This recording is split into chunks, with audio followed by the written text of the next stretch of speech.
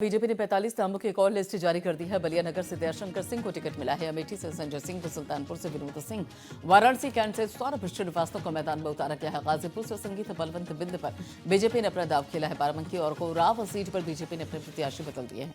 कोराव से आरती कोल की जगह अब राजमणि कोल को टिकट दिया गया है। बाराबंकी से अरविंद पौरे की जगह राजकुमारी को टिकट दिया गया है। तो बड़ी खबर आपको बता दें, वाराणसी कैंट से सौरभ श्रीवास्तव को टिकट मिला है। बीजेपी ने अपने एक और प्रत्याशियों की जो लिस्ट है जारी कर दी है। गाजीपुर से संगीत बलवंत बिंद को बीजेपी ने दाव खेला है इन पर, और इसके अलावा और भी कई नाम हैं। इसमें बीजेपी ने 45 नामों की एक और जो लिस्ट है वो जारी कर दी है। उम्मीदवारों को लेकर, प्रत्याशियों को लेकर गहन मंथन करती हुई बीजेपी, और इस मंथन के बाद दयाशंकर सिंह को अब बलिया नगर से टिकट मिला है। दयाशंकर सिंह को लेकर भी सस्पेंस बना हुआ था कि आखिर उनको टिकट कहां से दिया जाएगा। बलिया को लेकर सुबगाहट भी बहुत तेज थी, चर्चाएं बहुत तेज थी, और आखिरकार उस पर मोहर भी लग गई कि यहां पर बलिया से दयाशंकर सिंह ही चुनाव लड़ेंगे। वाराणसी कैंट से भी बाकायदा बीजेपी ने अपना दाव खेला है। गाजीपुर से संगीत बलवंत बिंद पर बीजेपी ने अपना दाव चला है। तो 45 उम्मीदवारों की एक और लिस्ट बीजेपी ने जारी कर दी है, और ऐसे में प्रत्याशियों और उम्मीदवारों के पास समय होगा कि वो जनता के बीच में पहुंचे और बीजेपी की जो विचारधारा है वो लोगों के बीच तक पहुंचाएं।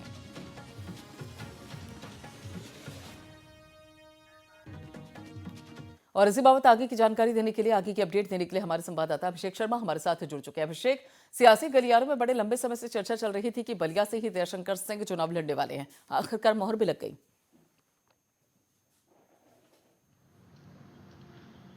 देखिए, बिल्कुल बलिया से ही दयाशंकर सिंह चुनाव लड़ने वाले थे। इस बात की लंबे समय से चर्चा थी। जब सरोजनी नगर से उनका टिकट कटा तो लोगों ने कहा कि वो चुनाव नहीं लड़ेंगे, लेकिन सीटन न्यूज ने एक्सक्लूसिव बताया था कि वो बलिया से चुनाव लड़ेंगे, और बलिया नगर से उन्हें टिकट दिया गया। सूची में कुछ नाम ऐसे भी हैं, प्रियंका, जो बेहद चौंकाने वाले नाम हैं। सुरेंद्र सिंह का टिकट कटा है। लंबे समय से बयानबाजी के कारण चर्चा में रहे सुरेंद्र सिंह का टिकट काट दिया गया है। वहीं एक पूर्व स्वास्थ्य मंत्री, समाजवादी पार्टी सरकार के पूर्व स्वास्थ्य मंत्री शिवाकांत ओझा, जिन्होंने हाल फिलहाल में बीजेपी ज्वाइन की थी और इस उम्मीद से बीजेपी ज्वाइन की थी कि उन्हें टिकट मिलेगा, उनके साथ भी बीजेपी ने खेला कर दिया और उनको भी टिकट नहीं दिया। मौजूदा विधायक जो रानीगंज के हैं, अभय कुमार उर्फ धीरज ओझा, उनको बीजेपी ने फिर से टिकट दे दिया। यानी मंत्री जी समाजवादी पार्टी छोड़कर गए और बीजेपी ने उन्हें गले भी लगाया, लेकिन उन्हें टिकट नहीं दिया। यानी उनके राजनीतिक भविष्य के साथ खिलवाड़ हो गया बीजेपी में।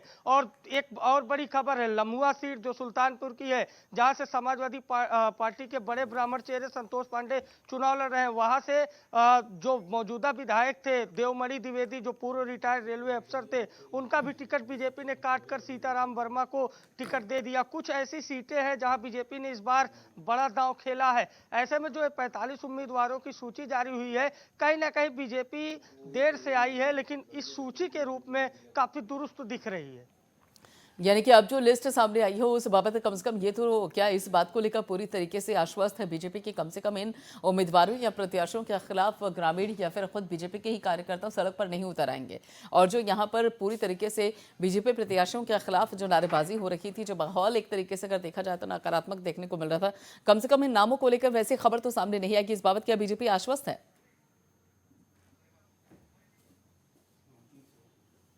देखिए, इन नामों को लेकर खबर ऐसी इसलिए नहीं आएगी क्योंकि इन नामों ने पिछले 5 साल भी बीजेपी के साथ विधायिका का कार्यकाल होता है 5 वर्षों का, वो पूरा किया है। 45 में से ज्यादा जो उम्मीदवार हैं वो मौजूदा विधायक हैं, और ऐसे विधायक हैं जो बेहतर छवि वाले हैं, लेकिन कहीं ना कहीं जो उनके विकल्प के रूप में गैर दलों को छोड़कर बीजेपी में शामिल हुए थे, जैसा मैंने उदाहरण दिया, कैबिनेट मंत्री, पूर्व स्वास्थ्य मंत्री, समाजवादी पार्टी के जो शिवाकांत ओझा थे, या इस तरह के कुछ और अधिकारी थे, कुछ और बड़े नेता थे, कुछ और पूर्व मंत्री थे, जो टिकट के लिए पार्टी बदल रहे थे, उनकी उम्मीदों पर गहरा झटका लगा है। उन्हें टिकट नहीं मिला और वो ना इधर के हुए ना उधर के हुए। भारतीय जनता पार्टी ने इस बार अपने कैडर पे दांव लगाया है। जो 45 सीटों की लिस्ट जारी की गई है 45 उम्मीदवारों की, इसमें 30 से 35 कार्यकर्ता कैडर के हैं और 10 कार्यकर्ता जो बाहर से बताए जा रहे हैं या फिर उनकी सीट बदलकर उन्हें दूसरी सीट से लड़ाया जा रहा है और कई चौंकाने वाले फैसले भी लिए गए हैं। सुरेंद्र सिंह जैसे कद्दावर बतौलेबाज विधायक का टिकट कटना, तो कहीं ना कहीं भारतीय जनता पार्टी इस 45 जो लिस्ट जारी की है 45 उम्मीदवारों की, इसके माध्यम से चुनाव में मजबूत उपस्थिति दर्ज कराना चाहती है। बिल्कुल, लेकिन अभिषेक यहाँ पर जो 45 नामों की जो सूची सामने आई है, जो लिस्ट सामने आई है, उसमें हम क्या मानकर चले? क्योंकि देखिए इस बार उत्तर प्रदेश के जो विधानसभा चुनाव है, हालांकि बीजेपी अगर देखा जाए तो जैसे कि आपने एक बार बताया भी था कि अब छोटे से छोटे चुनाव में जो बीजेपी है पूरा दमखम लगा देती है, सभी बड़े चेहरे भी उसमें बाकायदा नजर आते हैं। और इस बाबत हम देख भी रहे हैं कि उत्तर प्रदेश में, पश्चिमी उत्तर प्रदेश के दोनों चरणों में जीत जो हो बीजेपी की हो, कमल ज्यादातर खिले, इस बाबत लगातार जुटी हुई है। लेकिन अगर टिकट बंटवारे की बात की जाए, उम्मीदवारों या प्रत्याशियों के चयन की बात की जाए, तो आखिर चल किसकी रही है, केंद्र की या फिर प्रदेश की? देखिए, अगर टिकट बंटवारे की बात की जाए तो केवल और केवल संघ परिवार की भारतीय जनता पार्टी में चल रही है। राष्ट्रीय स्वयंसेवक संघ ने कई विधायक ऐसे हैं जिनका टिकट बचाने का काम किया। राष्ट्रीय स्वयंसेवक संघ पहली तवज्जो में है, उसके बाद केंद्रीय नेतृत्व है और जहां तक मुझे खबर है योगी सरकार के जो कैबिनेट के लोग हैं, योगी एंड कंपनी जिसे कहा जाता है, योगी एंड कंपनी को टिकट बंटवारे से दूर रखा गया है। ना उसमें स्वतंत्र देव सिंह का कोई रोल है, ना उसमें योगी आदित्यनाथ का कोई रोल है, ना उसमें उनके मंत्रियों का कोई रोल है।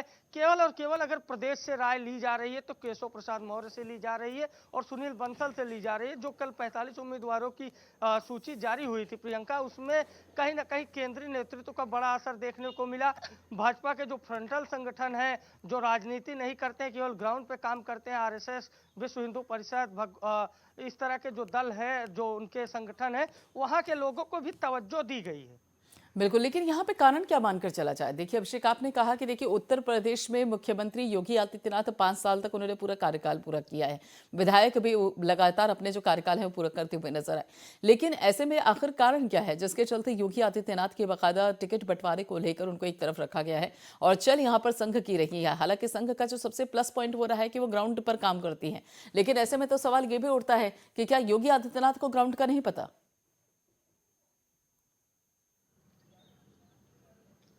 देखिए, ग्राउंड वाली बात नहीं है। भारतीय जनता पार्टी किसी व्यक्ति को इतने सर पर नहीं चढ़ाती है, इतना मजबूत तवज्जो नहीं देती है कि वो कल को संगठन के लिए बहुत नुकसानदायक हो जाए। अगर योगी आदित्यनाथ को बीजेपी ने ज्यादा तवज्जो दिया या किसी भी नेता को ज्यादा तवज्जो दी और कल को अगर इन्हें इनके मन मुताबिक पद ना दिया गया तो फिर पार्टी में बगावत वाली स्थिति हो जाएगी। बीजेपी इसके लिए पहले से तैयार रहती है। बीजेपी चाहती है कि जो भी संगठन का कार्यकर्ता हो वह संगठन के कामों तक बरकरार रहे, पार्टी के दिशा निर्देश पर काम करे और जब जब कोई उस लाइन के आगे निकलने का प्रयास करता है, बीजेपी तुरंत उसके पर काट देती है। और ये 5 सालों की जो सरकार रही, इसमें भी देखने को मिला। अगर लोगों ने कहा कि योगी आदित्यनाथ प्रधानमंत्री के बेहद करीबी हैं, तो अगले दिन केशव प्रसाद मौर्य और पूर्व नौकरशाह अरविंद शर्मा, जो वर्तमान में एमएलसी हैं, AK शर्मा जो गुजरात से बुलाए गए हैं, उनके साथ पीएम की तस्वीर आ जाती है और बताया जाता है कि नहीं नहीं भाई, योगी के साथ साथ केशव प्रसाद मौर्य और अरविंद शर्मा भी हमारे खास हैं। तो उत्तर प्रदेश की बीजेपी हो या केंद्र की बीजेपी हो, वो उतना ही नेताओं को तवज्जो देती है जितना वो संगठन पर हावी ना हो। बिल्कुल, यानी कि अगर देखा जाए तो संतुलन पूरा बनाकर रखा जाता है। बहुत बहुत शुक्रिया अभिषेक इस सारी अपडेट के लिए, सारी जानकारी के लिए।